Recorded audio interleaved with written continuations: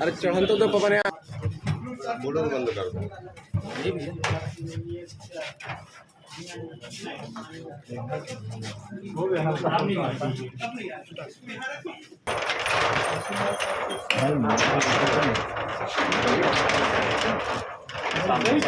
आप लोग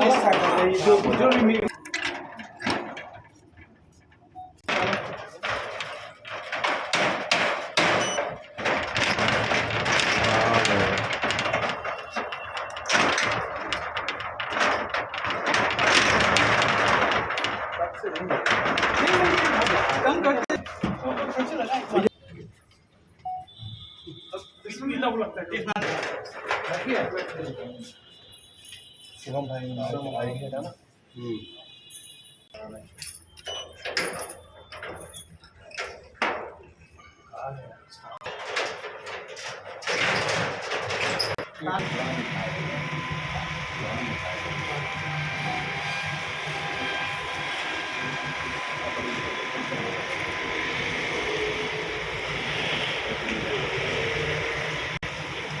अभी हाल ही में छिंदवाड़ा में जो कप सिरप के माध्यम से 13 बच्चों की मौत हुई है, इस तरीके की घटना भी घटित हुई थी।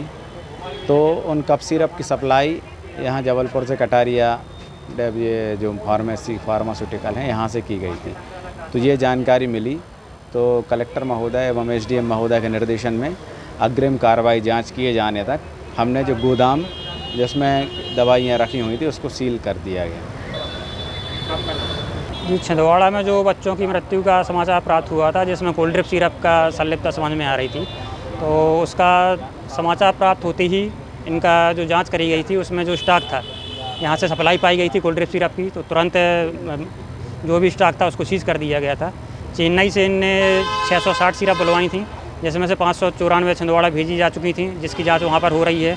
बाकी इनके पास जो 66 सिरप का स्टॉक था तो उसको उसमें से 50 को पहले फ्रीज़ कर दिया गया था और 16 को भोपाल टेस्टिंग के लिए भेज दिया गया था। तो अभी रिपोर्ट प्राप्त हुई है कि जो टेस्टिंग के लिए भेजी गई थी वो कोल्ड ड्रिप सिरप अमानक पाई गई है, इसलिए बाकी सभी को सीज कर दिया गया है और दुकान को भी सीज कर दिया गया।